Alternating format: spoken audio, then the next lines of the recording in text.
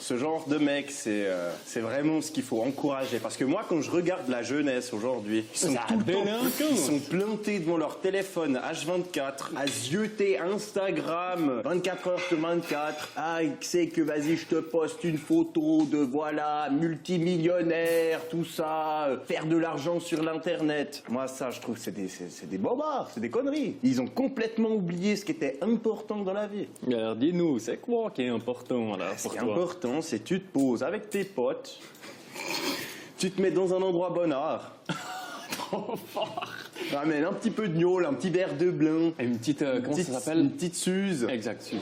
Et tu te mets beau mal. Tu te prends un pichet de blanc et puis tu commences la soirée, quoi. Bah oui, faut pas oublier de temps en temps de savoir s'engager et savoir participer à une bonne vieille beuverie. Irgendwie von irgendwo so heiße Musik, wir sind Ziel und das ist unser Gebiet. Singende Caballeros auf dem bombigen Beat, einfach Ziel, boom. Change, conseil l'ami, change de disque quand le sillon saute ou quand le son devient risque. La pensée de répéter, il fuse et use les neurones. Une nouvelle voix est à chercher donc sur le microphone. Je mets les bouts et les bouchettes devant sur le son. Je suis sur la piste et change de disque, mais là, tu ne vois pas le bonheur s'établir en culture. Tu l'as vu le film au moins? Non. Eh, il l'a pas vu? Va le voir, imbécile. Et pourquoi tu racontes n'importe quoi? Pour inciter les gens à voir le film. Arrête d'inciter. Commence par fermer ta gueule.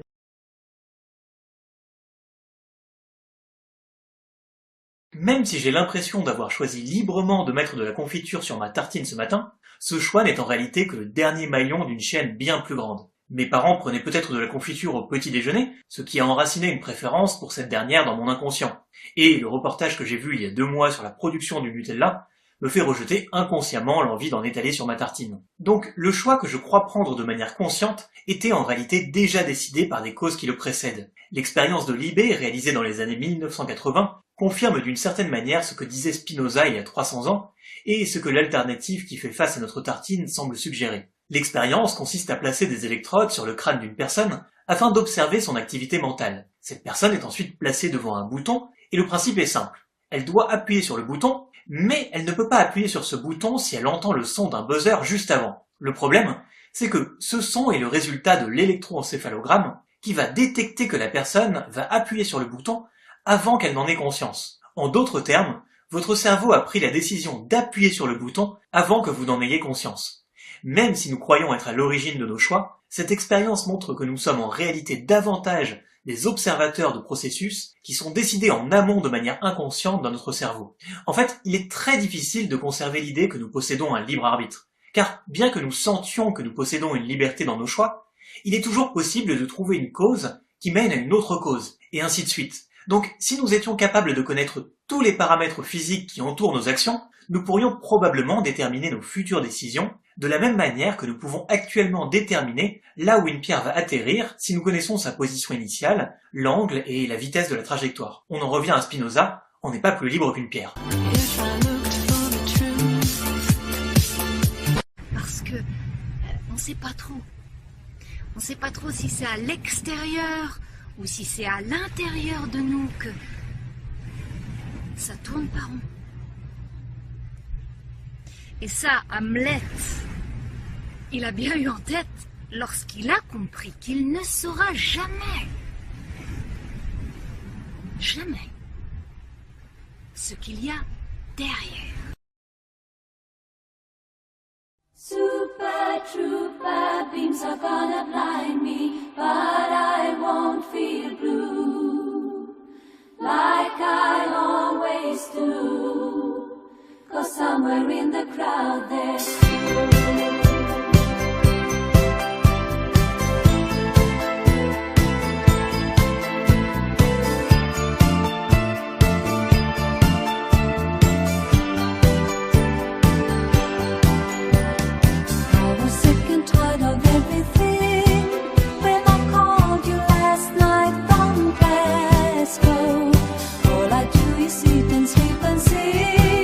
Wishing every show was the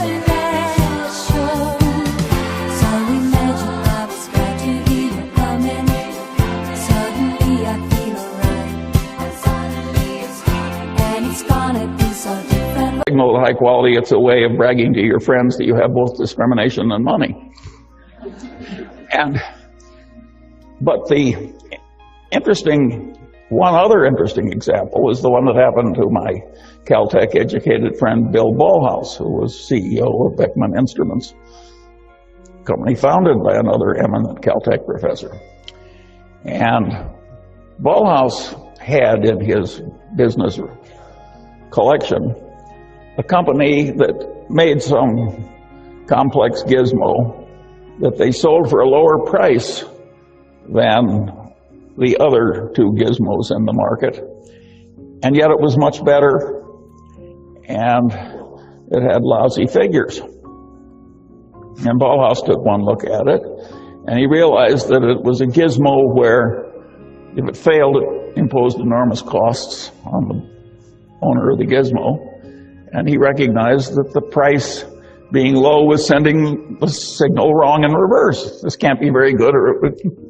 So he raised the price enormously and sold way more units, and of course the profits went up at a truly dramatic way. So these idiots that can't answer the question are leaving a lot of money on the table that a man like Ballhaus knows how to get. And the world is just full of opportunities like that for people who get the main points and go across it. But of course, that's not the main answer to the question.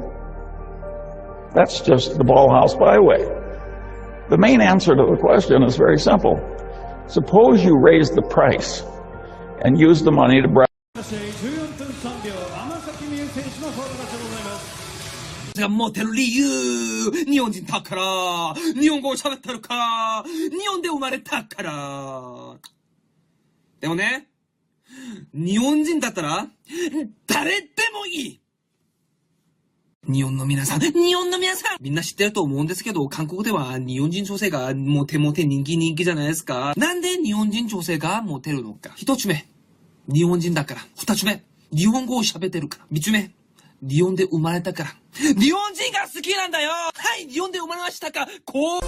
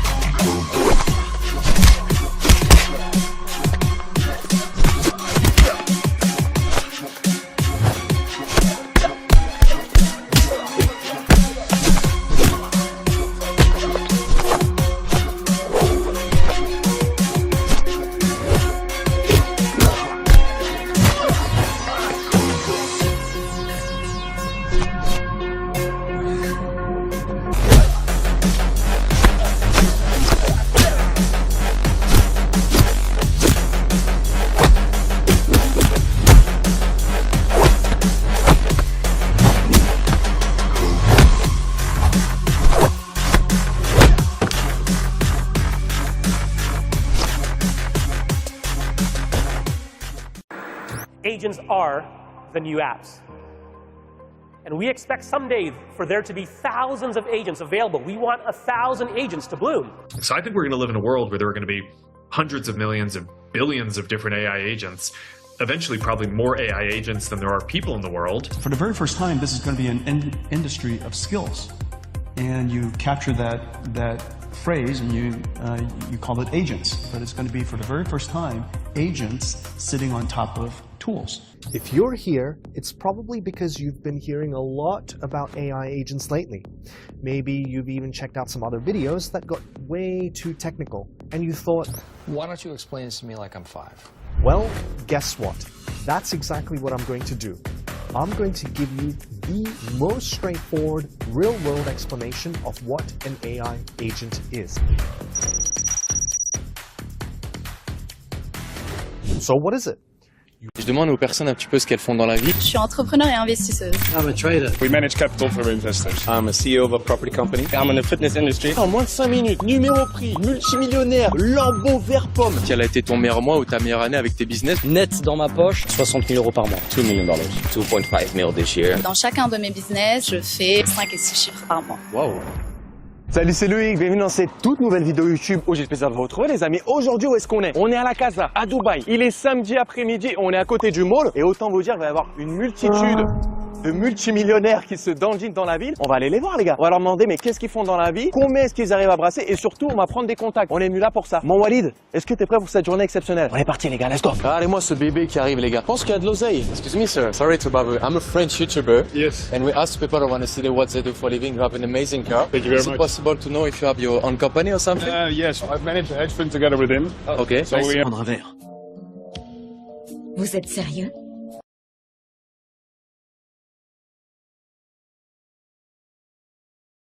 Je me suis fait des idées, c'est ça. C'est extrêmement gênant. Désolé, n'en parlons plus. Autant pour moi.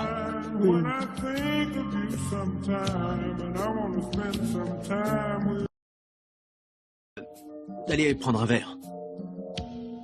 Vous êtes sérieux? Je me suis fait des idées, c'est ça. C'est extrêmement gênant. Désolé, n'en parlons plus. Autant pour moi.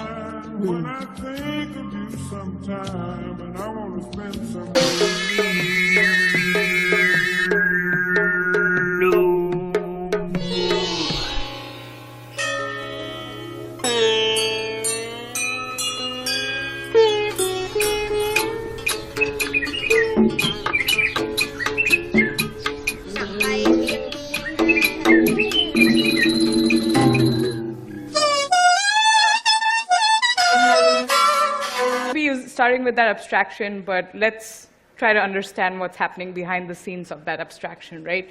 So it's essentially creating a runnable sequence consisting of a prompt template, which has a placeholder for the agent scratch pad, which is the agent's intermediate steps as it's taking different actions and making observations, an LLM with knowledge of the tools that we were just creating, and an output parser for formatting the agent's response. And then we'll also be exploring a React agent that uses React prompting to guide the agent to take a series of reasoning and action-taking steps to arrive at the final answer. And for this, we'll use the create React agent constructor, which follows a similar series of steps as the tool calling agent, except it uses a React prompt template, and the LLM has a knowledge of when to stop the reason action-taking sequence using a stop sequence. And then the output parser has logic to parse these React-style LLM calls, and you can see what those look like right there. So it has a thought, an action input, and an observation. So it's just parsing that to make it more readable to the user in the end. And finally, you'll come across the agent executor, which is the runtime for the agent. This is what actually calls the agent, executes the action that the agent is choosing, passes the action outputs back to the agent, and repeats any steps as the agent decides what to do next. And that's the pseudocode for what the agent executor is essentially doing. So as long as the agent thinks that it hasn't finished its task, which is the while loop there, the agent determines and runs a series of actions until it finally finishes the task. So yeah, let's take another 20 minutes to complete the create agent section and any other things that you were working on previously. Yeah. All right. we have one last thing to do with our research agent, which is to give it memory or add short-term memory to it. And in this case, we are going to do that by giving it access to its chat message history. So in LangChain, the way to do this is by wrapping the agent runnable that you created using the create tool calling agent or create React agent, wrapping that runnable inside another runnable called runnable with message history, which is specifically designed to manage the memory of other runnables. So essentially, this runnable can take a function that persists the chat message history for your agent to a database. We'll use MongoDB in this case. And by default, it organizes the chat history using a session ID that you pass in along with your input query or prompt. So yeah, let's play around with that for the remainder of the time. And if you have any more questions or stuck at something, we can talk through that too for the rest of the time. One last thing I would request once you're done with all your stuff is, yeah, if you want to connect, that's not the mandatory thing. Nothing is mandatory. But yeah, I'd really appreciate if you could fill out a short survey that's at the QR code link that you scanned in the beginning. This is the first time I'm doing this workshop, so any feedback you have will only help me make this better in the future. So yeah, that'd be much appreciated. Other than that, this is it from me for today, and thanks for being here. Ça fait super radin.com, mais qu'est-ce que vous voulez? Je suis là pour vous donner des bons plans et je trouve que c'est un très bon plan. Donc bref, trêve de plaisanterie, je sais que vous voulez qu'on parle de Wirex, vous voulez que je défonce la carte MCO, je vais vous dire alors ce qu'il en est, et je sors pas tout ça de ma tête, de ma petite tête. Je suis allée simplement sur les deux sites et j'ai comparé les frais. Donc tout simplement ce que je vais faire, c'est que je vais vous montrer l'écran en fait. I think there's a couple different kinds of things we imagine these spatially intelligent models able to do over time. And one that I'm really excited about is world generation. We're all used to something like a text-to-image generator, or starting to see text-to-video generators, where you put an image, put in a video, and out pops an amazing image or an amazing 2-second clip. But I think you could imagine leveling this up and getting 3D worlds out. So one thing that we could imagine spatial intelligence helping us with in the future are up-leveling these experiences into 3D, where we're not getting just an image out or just a clip out, but you're getting out a full simulated but vibrant and interactive 3D world. For gaming? Maybe for gaming, right? Maybe for gaming, maybe for virtual photography, like you name it. I think even if you got this to work, there'd be a million applications. For education. Yeah, for education. Right. I mean, I guess one of my things is that like, in some sense, this enables a new form of media, right? Because we already have the ability to create virtual interactive worlds, but it costs hundreds of millions of dollars and a ton of development time. And as a result, like, what are the places that people drive this technological ability is video games, right? Because if we do have the ability as a society to create amazingly detailed virtual interactive worlds that give you amazing experiences, but because it takes so much labor to do so, then the only economically viable use of that technology in its form today is games that can be sold for $70 a piece to millions and millions of people to recoup the investment. If we had the ability to create these same virtual, interactive, vibrant 3D worlds, you could see a lot of other applications of this, right? Because if you bring down that cost of producing that kind of content, then people are going to use it for other things. What if you could have sort of a personalized 3D experience that's as good, as rich, as detailed as one of these AAA video games that cost hundreds of millions of dollars to produce, but it could be catered to like this very niche thing that only maybe a couple people would want that particular thing. That's not a particular product or a particular roadmap, but I think that's a vision of a new kind of media that would be enabled by spatial intelligence in the generative realms. If I think about a world, I actually think about things that are not just scene generation. I think about stuff like movement and physics. And so like in the limit, is that included? And then the second one Absolutely. is...